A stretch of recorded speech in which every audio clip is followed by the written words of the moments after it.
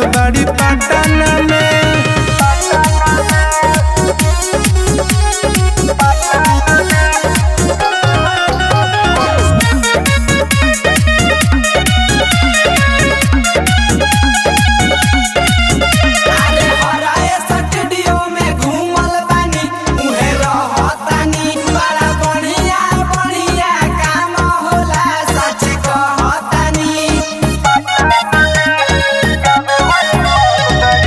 Compromise गावतारी Sagana नया नया माल के बहाली बारो जाना गुजरल बने सब ये घटना में।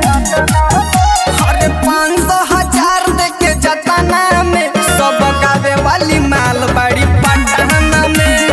500,000 दे के जतना में गावे वाली माल बड़ी सब पटना में।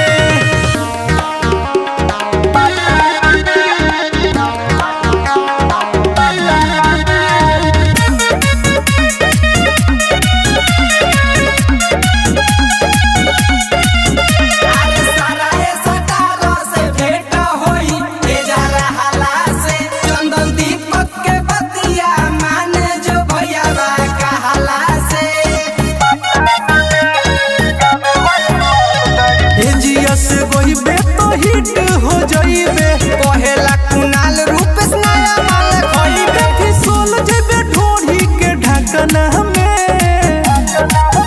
हर 500,000 दे के जतना में सब गावे वाली माल बड़ी पटना में।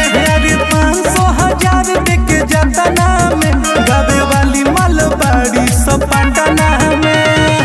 हर चल रे।